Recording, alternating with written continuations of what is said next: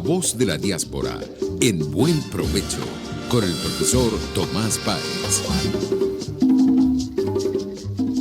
Buenas tardes, querida audiencia global. Nuevamente, como todos los lunes a esta hora, desde hace ya 5 años, en la emisora pionera de la radiodifusión venezolana, Radio Caracas, Radio rcr750.com, la emisora que se ve, que se escucha y se ve.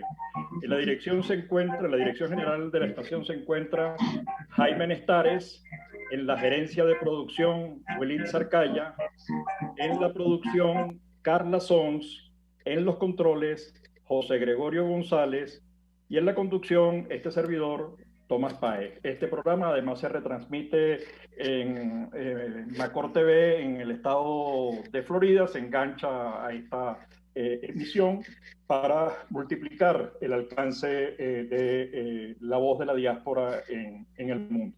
Antes de presentar a nuestro invitado especial, de lujo y además muy querido, tres cositas que me parecen importantes. Uno, la declaración de la saliente directora de la Corte Penal Internacional, diciendo que ya hay elementos de juicio como para poder imputar a los señalados en el informe de la Comisión de Expertos de Naciones Unidas, que fue aprobado y que además siguen su trabajo, están haciéndolo sobre el arco minero.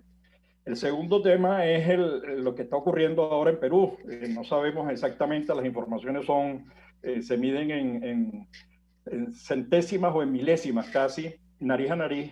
Eso no es buena noticia para la gobernabilidad de ese país. No es buena noticia si gana uno de los candidatos, en este caso Castillo, para los venezolanos. No es buena noticia para Perú, para los peruanos, si gana Castillo, porque sencillamente se trata de un modelo que ha demostrado que donde se instala, fracasa, genera hambre, desnutrición, pobreza, miseria, etc. Los recientes eventos de Chile, donde fueron expulsados del país 30 personas, 30 venezolanos, si mal no recuerdo la cifra, llama a preocupación. Entendemos que Chile le ha dado la visa democrática, la visa de responsabilidad a los venezolanos, a más o menos 500.000 venezolanos, pero esas expulsiones son, además, para un país que tiene la situación que tiene como la venezolana, creo que habría que pensarlo. La otra noticia, y ya va entrando en el tema porque nuestro invitado está en Colombia, es que acaba de salir la tercera edición de La Voz de la Diáspora, editado por una empresa colombiana, Unión Editorial Colombia, es decir, que ya está en la calle el libro. Tenemos un invitado, como le dije, de lujo, muy especial, muy querido, el sociólogo Tulio Hernández. Se encuentra en este momento en Colombia, es escritor, es sociólogo, es columnista de varios medios de comunicación, entre ellos Frontera Viva, además por muchos años del Nacional. Es director además de una iniciativa muy linda en Colombia, de Ávila Monserrate, produciendo un informe sistemático, y yo creo que eso vale oro. Estamos hablando de Colombia. Tulio, gracias por tu participación, por tu espacio, por tu tiempo para ver los temas. Yo creo que de Colombia podríamos comenzar con dos grandes temas, que es todo lo que está ocurriendo en Colombia con las movilizaciones, particularmente esas de Cali, que son terribles, pero también las contramovilizaciones de las que se habla poco, de la sociedad manifestándose en contra de esas movilizaciones, me parece que es importante. La segunda cosa es el estatuto. ¿Cómo lo ven ustedes? Porque además tú trabajas allí con varias iniciativas, como con la diáspora venezolana, con varias organizaciones, con ese centro de reflexión tan interesante que es la Universidad del Rosario, que además tienen el Observatorio Venezuela haciendo una reflexión muy novedosa sobre el tema migratorio. Y antes de dejarte solamente decirte, preguntarte, ¿tú crees que el estatuto es un modelo exportable, es un modelo que le está dando ejemplo al mundo? Arranca, Tulio, por favor, y gracias. Sonido. Sí, primero que todo, gracias Tomás por invitarme. O sea, me alegra verte porque somos amigos de tantos años, pero me acaba de producir una gran emoción escuchar el jingle de Radio Caracas Radio, porque es como estar en Venezuela otra vez. Así que voy a entrar de lleno en el tema. Sí, no me queda ninguna duda que la figura del Estatuto de Protección a los Migrantes Venezolanos, que nos regulariza por 10 años, es un ejemplo al mundo de cómo tratar democráticamente, en atención a los convenios internacionales, a un grupo de migración forzada como somos los venezolanos en todo el mundo, pero especialmente en Colombia, donde somos ya casi 2 millones, y este país, sus dos gobiernos, han sido un modelo de tratamiento respetuoso y responsable de la migración, tanto el gobierno de Santos como el gobierno de Duque. Pero además, no olvidemos que cuando aquí en el 2017 hubo elecciones presidenciales, ninguno de los candidatos, ni la izquierda de Petro, ni la más, todas las utilizaron populistamente la situación de los migrantes venezolanos como parte de su campaña. Y eso hay que valorarlo y agradecerlo para siempre a Colombia y a su dirigencia política.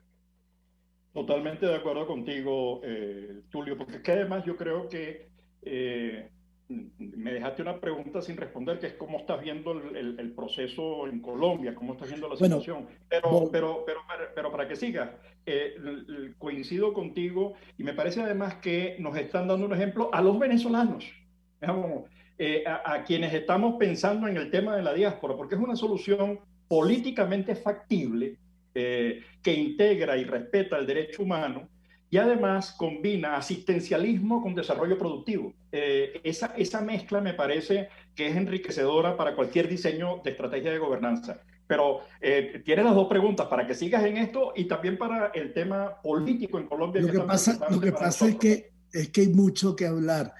Pero bueno, voy a ir al tema político, que es muy complicado.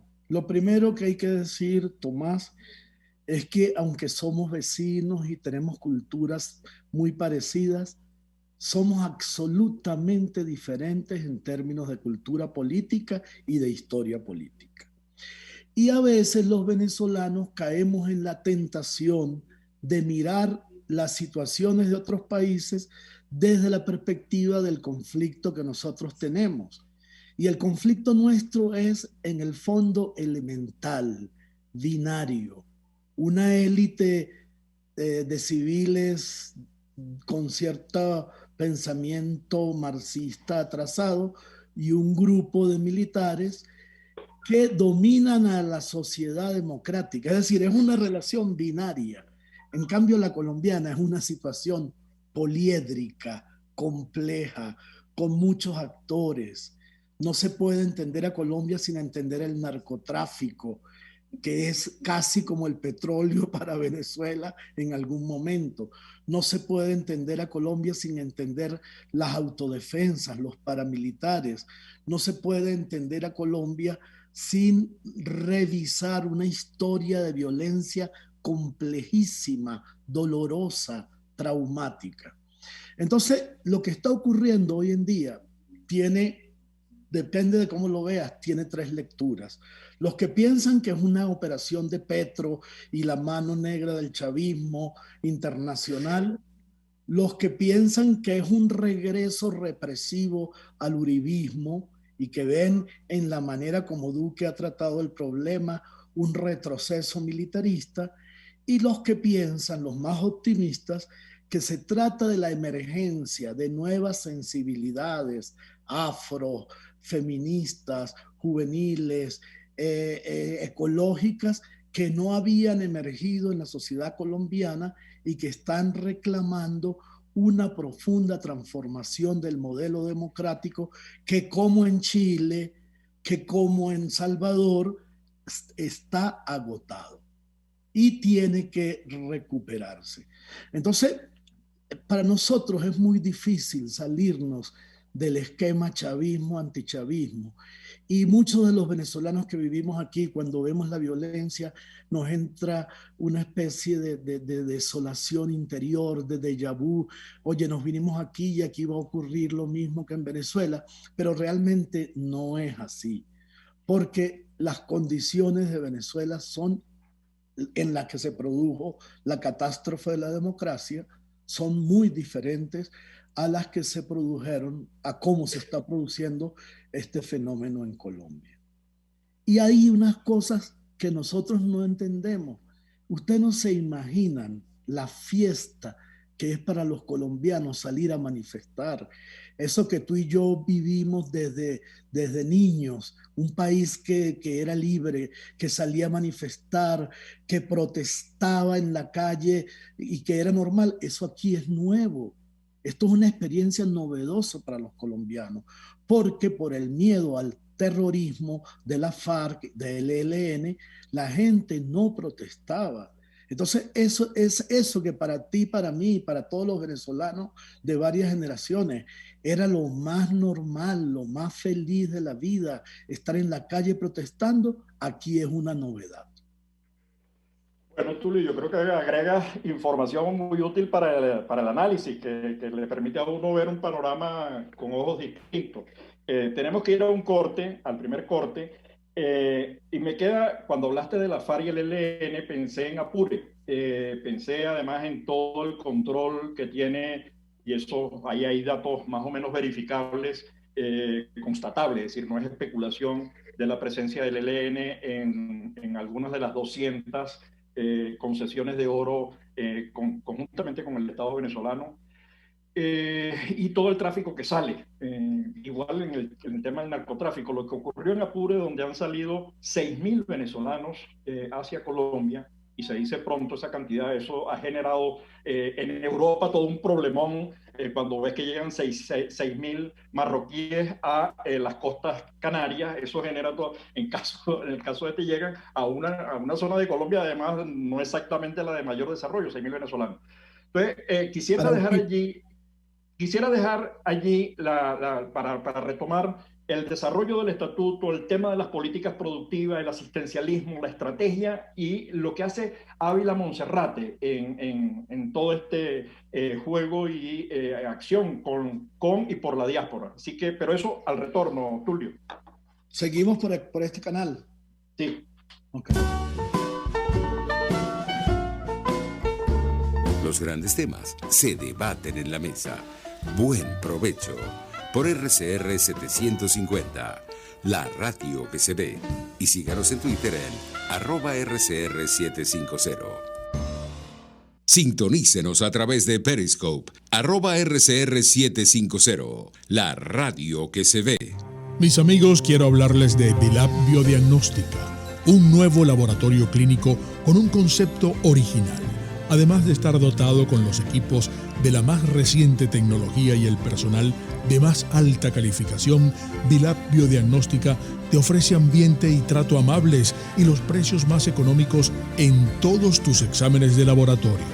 Pide tu cita en el 0212-945-5788. Bilab Biodiagnóstica, precisión y confianza en laboratorio clínico.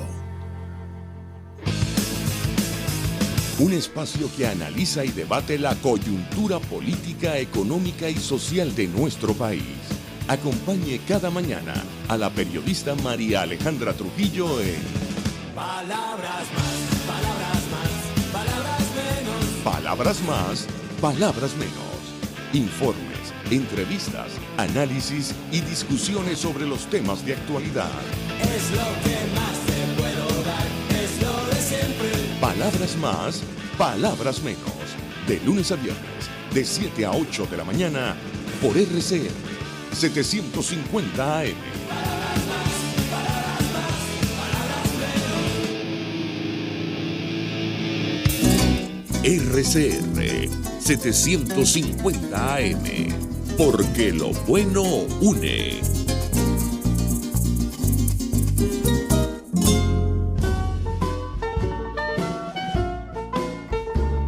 Escuchás Buen Provecho por RCR 750, la radio que se ve. Ya de regreso a nuestro segundo segmento con nuestro invitado muy especial, me llegan varios mensajes vía WhatsApp de gente querida, gente amiga, algunos compañeros de la Escuela de Sociología que nos están, entre ellos Juanito. Estamos conversando con Tulio Hernández, sociólogo de la Universidad Central de Venezuela, escritor, columnista de varios medios de comunicación, director de Ávila Monserrate. Habíamos dejado como una pregunta en el aire, que es, ¿qué hace Ávila Monserrate? ¿Qué están haciendo? ¿Cómo están viendo el trabajo con los migrantes venezolanos? Que además es una cosa muy plural, porque tenemos de gente del petróleo hasta inversionistas con cadenas muy exitosas en todas las áreas, en el área farmacéutica, en el área de la alimentación rápida, incluso en el área industrial muy fuerte. Entonces, eso compensa enormemente, contribuye a generar riqueza, empleo, etcétera. Pero también Colombia está haciendo un esfuerzo con nuestras parturientas, con nuestros venezolanos que llegan necesitados desde vacunas, alimentos, escuelas y medicina. Entonces, ese tema que yo creo para mí es una fórmula maravillosa lo que ha hecho Colombia, y yo coincido con tu afirmación, que es la mezcla, que es la combinación perfecta entre asistencialismo, es decir, no reducir la política migratoria a la vulnerabilización de los vulnerables, sino también promover la integración, la regularización, el acceso al trabajo. Y entiendo además que yo conversaba con el representante de Migración Colombia, y hace unos pocos días ya teníamos 700.000 inscritos. Es decir, que yo creo que la cifra va a pasar los 2 millones de venezolanos en Colombia, es decir, cerca del 30% de los venezolanos en el mundo están en Colombia. Es todo tuyo el micrófono, Tulio. Fíjate, Tomás, hay un concepto que nosotros hemos desarrollado y que cuando tú viniste aquí a Bogotá lo discutimos, que es pasar de la migración asistida a la migración productiva. Está bien, hay que resolver las emergencias, hay que dar ayuda humanitaria, pero solo cuando el migrante se convierte en ciudadano en el país receptor, deja de ser una molestia y una carga. Y para convertirse en ciudadano, tiene que ser un ciudadano productivo, tiene que tener un empleo, pagar impuestos, respetar las leyes y la cultura del país que lo ha recibido. Y ese ha sido el trabajo que Ávila Monserrate, que por suerte logró esta alianza con el Observatorio Venezuela de la Universidad del Rosario. Nosotros al comienzo nos desesperábamos porque había que resolver unos venezolanos que llegaron y no tenían dónde dormir, y otros venezolanos que estaban muriéndose de hambre en la calle, y no éramos capaces de resolver el problema. Entonces dijimos, ¿qué somos nosotros? Bueno, sociólogos, politólogos, abogados, ingenieros, el grupo. Bueno, vamos a hacer lo que nosotros sabemos hacer, y es tratar de influir en la opinión pública y en el gobierno para que se diseñen políticas públicas de largo alcance. Y eso es lo que hemos hecho. Contribuir con nuestra reflexión y con análisis y con debates a dos cosas: a que el gobierno colombiano, acompañado por nosotros también, los migrantes que tenemos capacidad, porque nos formamos en las universidades, capacidad de diseñar políticas, pero además, ¿qué estamos haciendo? Estamos trabajando para la reconstrucción de Venezuela, que va a ser compleja, inevitable, y hemos hecho ya 3 cursos de formación de líderes juveniles. Uno lo hicimos con el apoyo de la NED y con la Universidad del Rosario, 60 muchachos formándolos para que aprendan a ejercer el liderazgo, se formen en la historia de Venezuela, entiendan el problema económico que nos viene. Y ahora estamos desarrollando un diplomado con la Universidad Metropolitana y el apoyo de la Fundación Konrad Adenauer.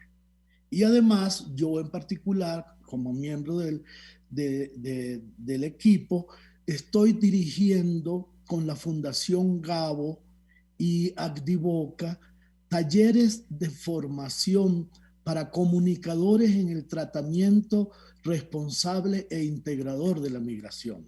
Entonces, nosotros aquí no, de verdad que somos muy activos y además nos consultan.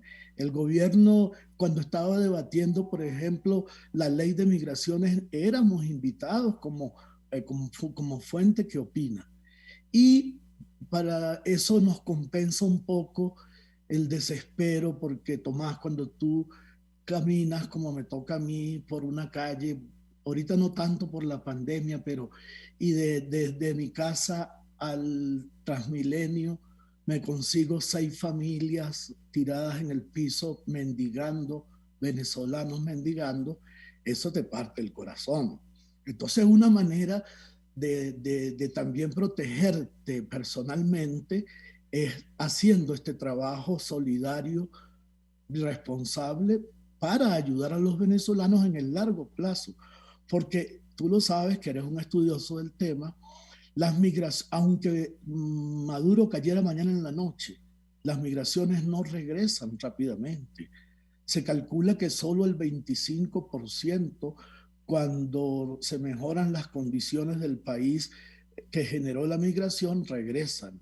Entonces, este es un tema de largo plazo y nosotros tenemos que pensar, y nadie mejor que tú, porque yo debo decirlo y reconocerlo, tú fuiste de los primeros que viste el fenómeno, cuando apenas me acuerdo, apenas éramos 500,000 y ya tú estabas estudiando el tema.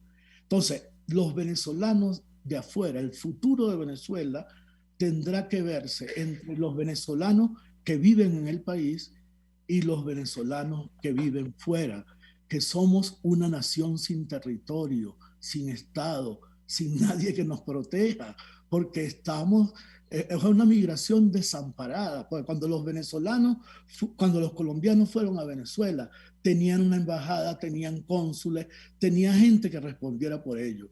Nosotros somos una especie de huérfanos, de parias, que ni papeles podemos renovar. Sí, de verdad que totalmente cierto. Además, tenemos miles de niños apátridas. Yo conversaba en Colombia, cuando nos vimos allá, conversaba con alguna gente del gobierno colombiano y nos decía, es que nosotros no sabemos, cuando el muchacho termina el año escolar, ¿a quién graduamos? Porque no tenemos datos de esa persona.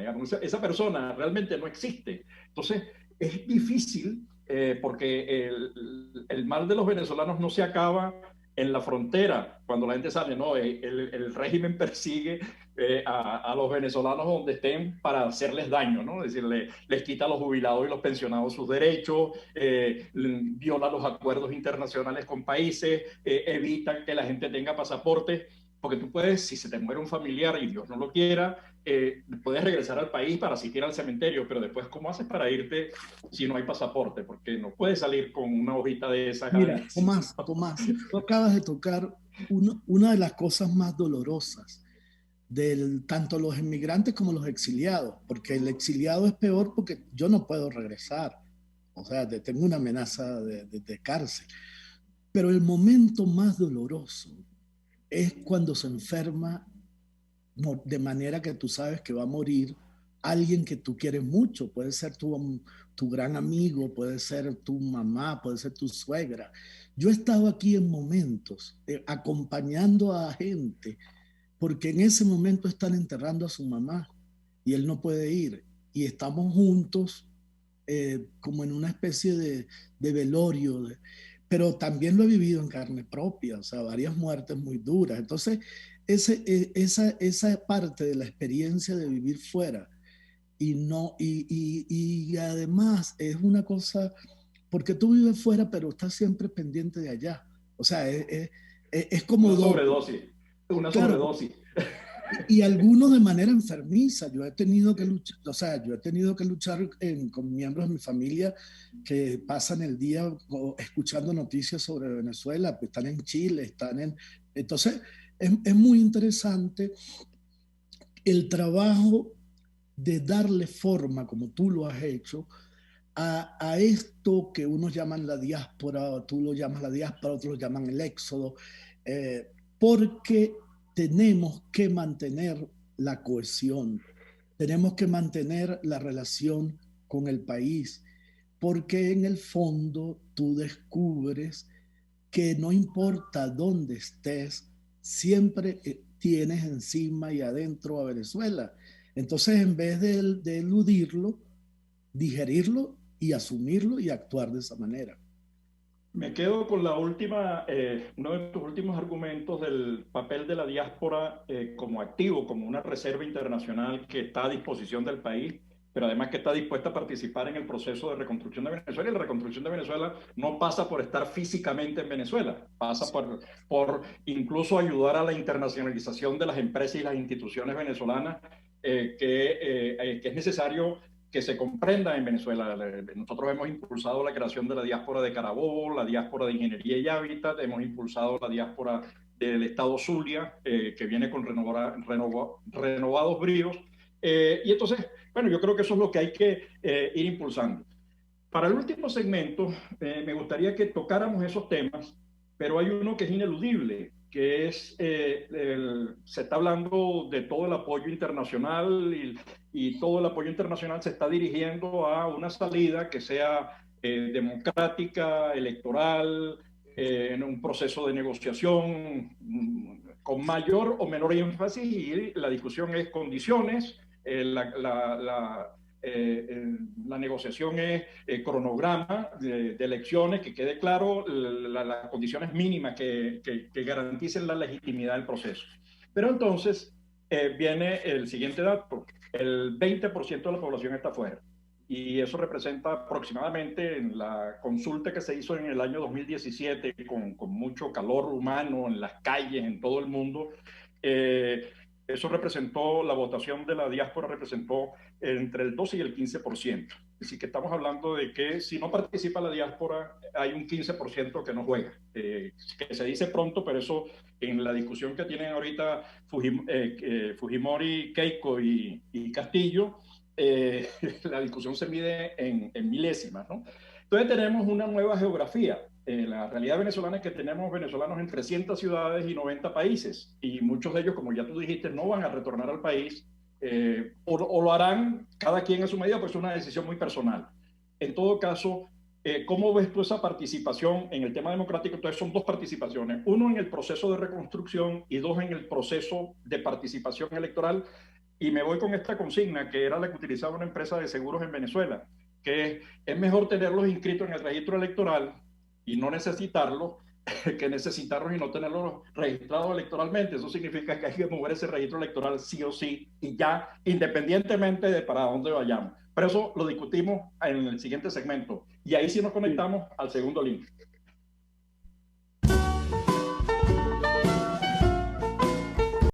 Análisis, opinión, entretenimiento y mucho más. Escuchas Buen Provecho por RCR 750, la radio que se ve. Puedes seguirnos en nuestras redes sociales. En Twitter, @RCR750, la radio que se ve. Amigos, nace un nuevo concepto de farmacia en Venezuela. Farmacia CVS y más. Todo lo demás. En Farmacia CVS, en español CVS, lo consigues todo en un solo lugar. Salud, belleza, hogar y comida. Un nuevo concepto en todo para un nuevo concepto de vida. Farmacia CVS y más está en el CCCT nivel C1, frente a Beco y al lado del Banco Mercantil. En Instagram, FarmaCVS. Farmacia CVS y más. Todo lo demás. Fuerza que nos activa, fuerza que une a un país que quiere cambio. Mi nombre es Chuo Torrealba y estoy contigo para que te enteres de todo lo que acontece dentro y fuera de un país en crisis, un país que quiere cambio y libertad. Unidad, la fuerza es la unión. De lunes a viernes desde las 6 de la tarde, solo por RCR, porque lo bueno une. Contigo. Que les habla Eduardo Battistini de Primero Justicia. Una de las grandes enseñanzas que vamos a tener los venezolanos después de todo este proceso que estamos viviendo es a valorar cada vez más lo que tenemos en Venezuela. Porque hoy en día, por ejemplo, un venezolano que está afuera se ha ido acostumbrando a que los servicios públicos cuestan, se ha ido acostumbrando a que nada puede ser gratis, porque nada gratis es sostenible en el tiempo. Y yo espero y aspiro que cuando vayamos a Venezuela, la reconstrucción de nuestro país no solamente sea una reconstrucción física de la destrucción que ha hecho el chavismo en la infraestructura y en la economía venezolana, sino también vayamos a una reconstrucción de la forma de pensar y de cómo nosotros afrontamos el ser ciudadanos realmente en el marco de un país que necesita de una ciudadanía que colabore y que sea parte de la solución y no sea parte del problema. Contigo, solo por RCR, porque lo bueno une. RCR 750 AM, porque lo bueno une.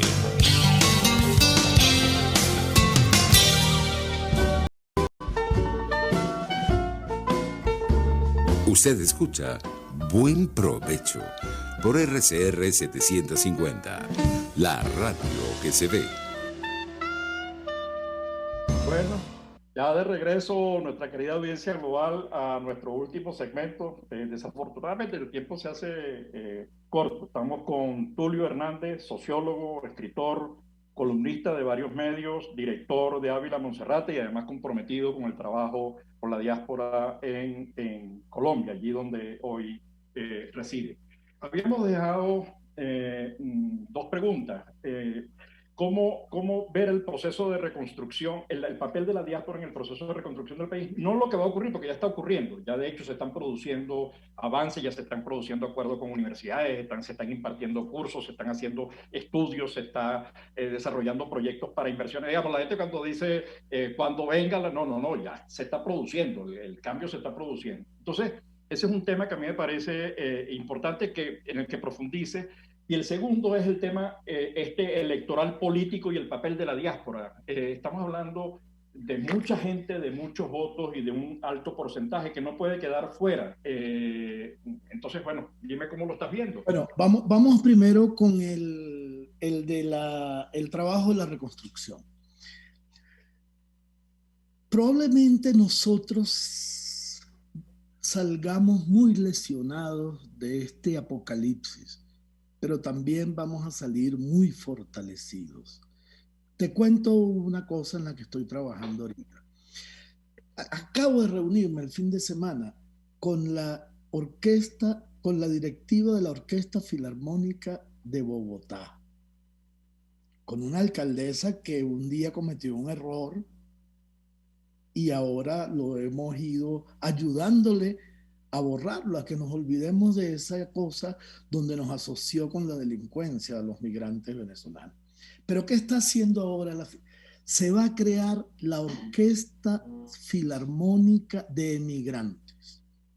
O sea, Colombia entiende que el potencial musical que ha venido con la migración es tan grande que va a crear una orquesta solo de migrantes venezolanos, obviamente, puede ser que haya un ecuatoriano o un haitiano, que también, pero de venezolanos, para que sea un foco de expansión de las técnicas de enseñanza musical que desarrolló el Sistema Nacional de Orquestas Sinfónicas Infantiles y Juveniles, dirigido por el maestro Abreu, que fue una creación fundamental de la democracia y es un modelo que ha sido copiado.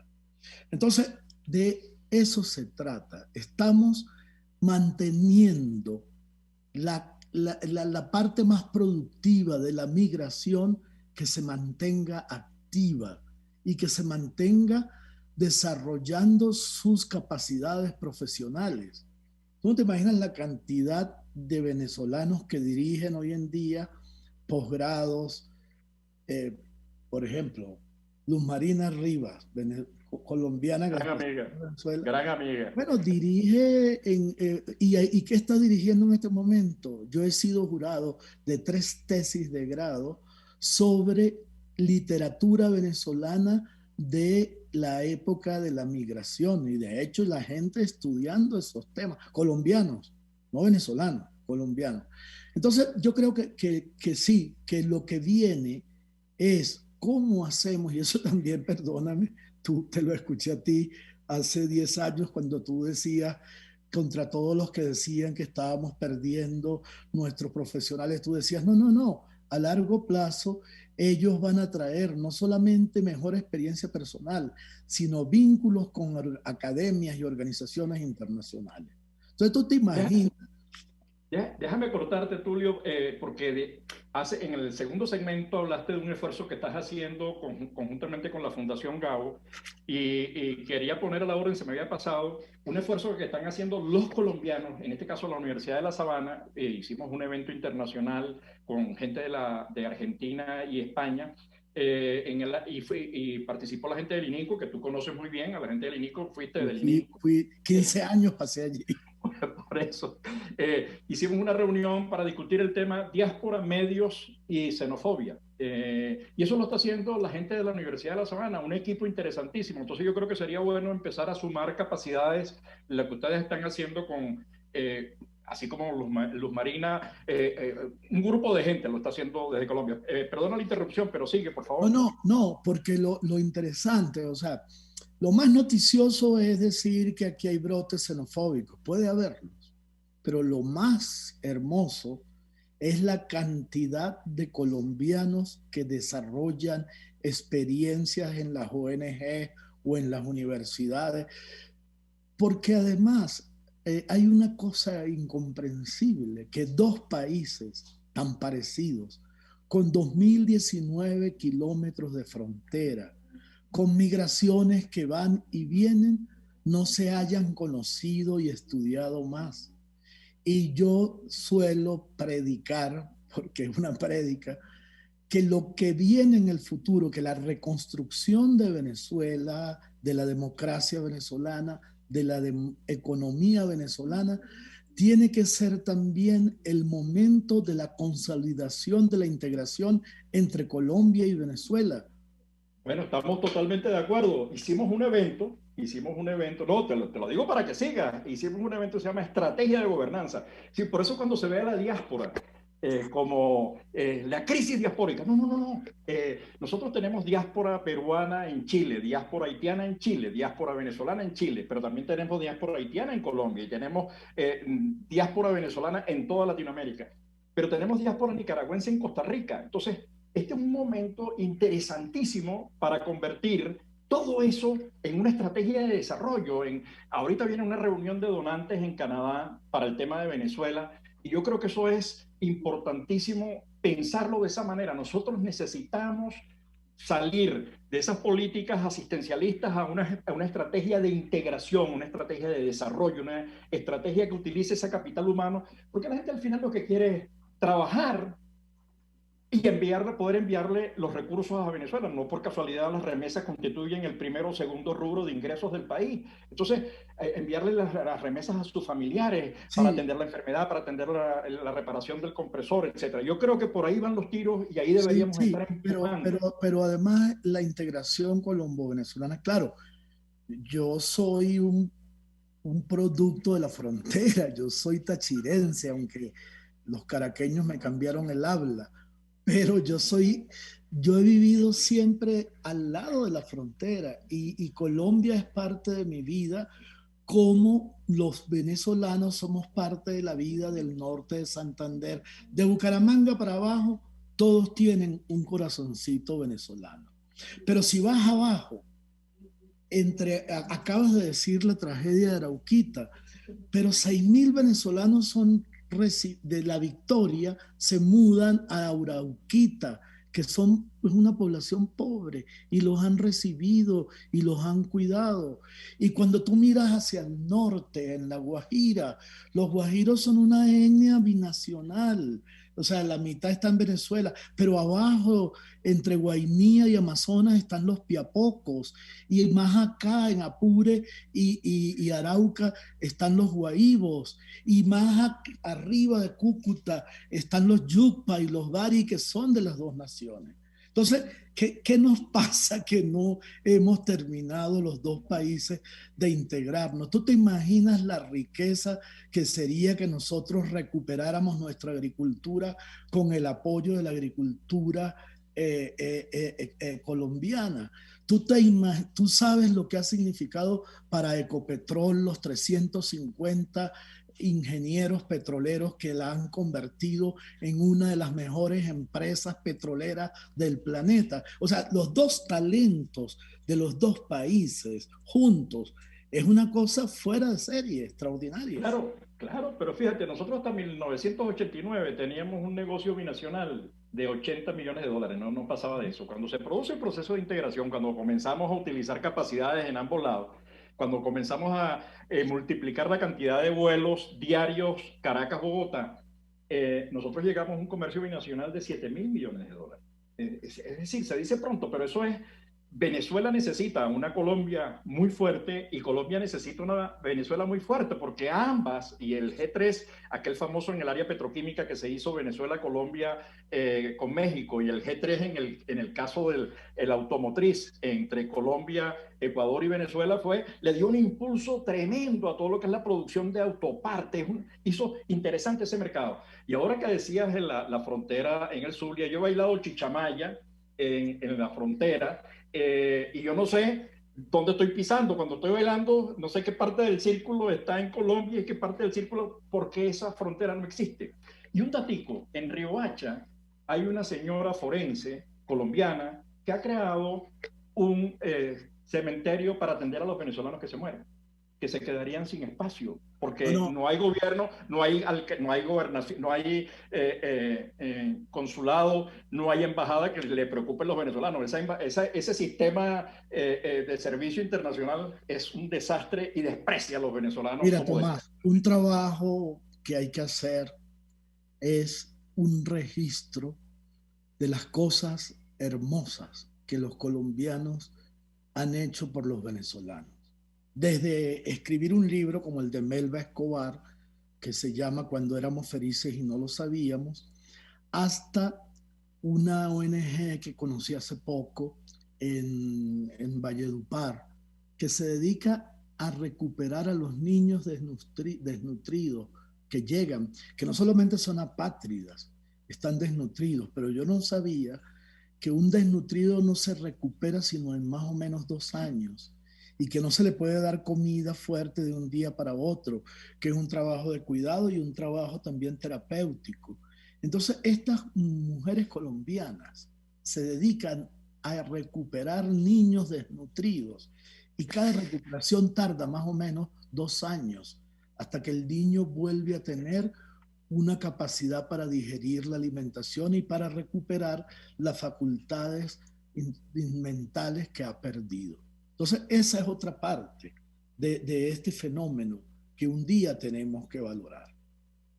Totalmente de acuerdo. Nos quedan unos pocos minutos. El tema electoral, el tema del registro, el tema de... ¿Cómo lo ves tú? Ahí voy a decirte rápidamente mi posición.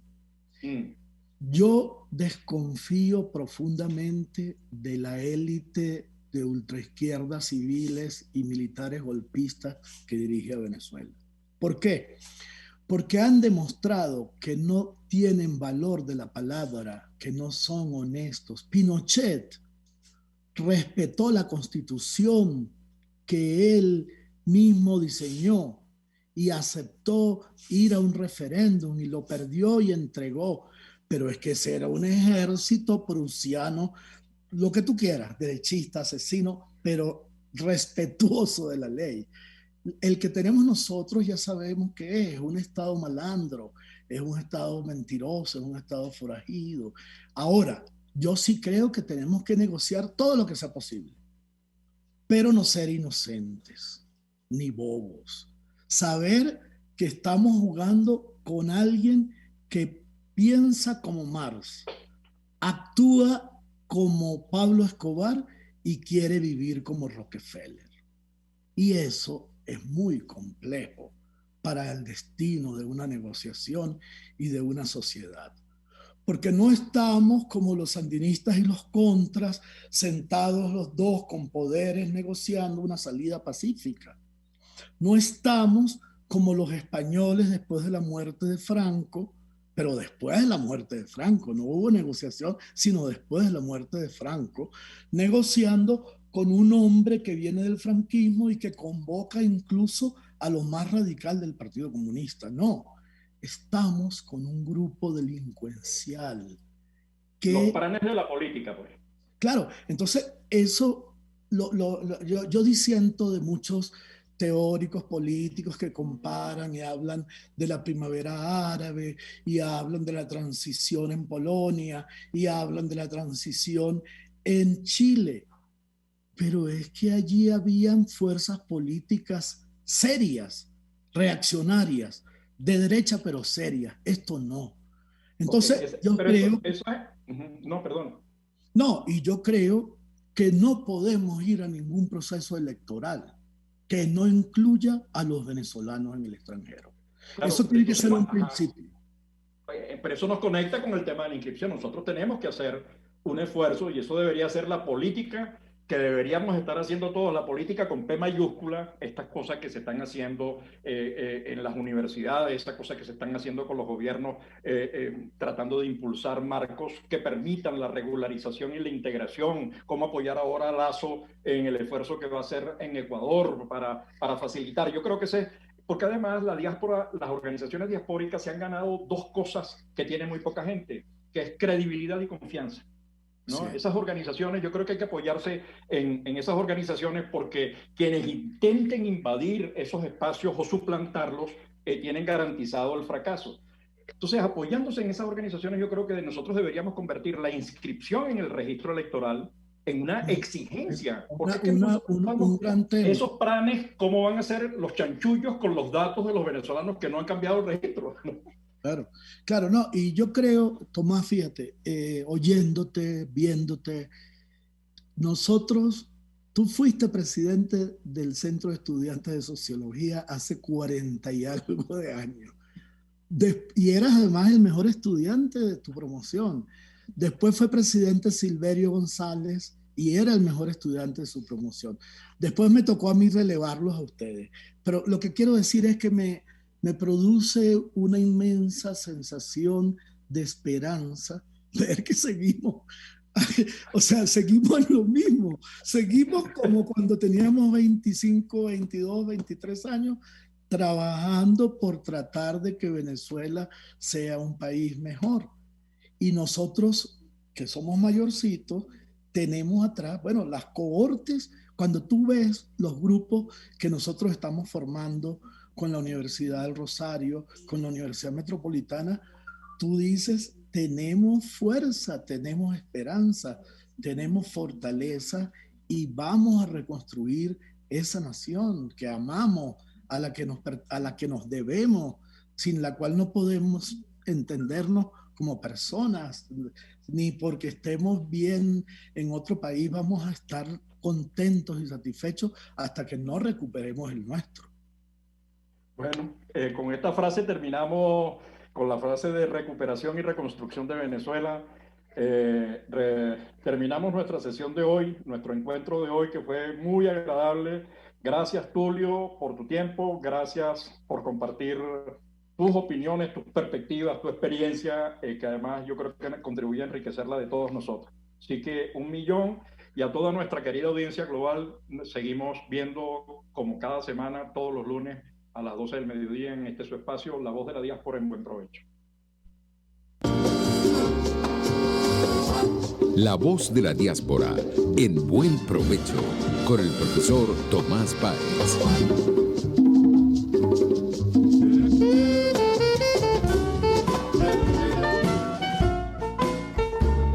RCR presentó Buen Provecho. Síganos en Twitter como @RCR750, la radio que se ve.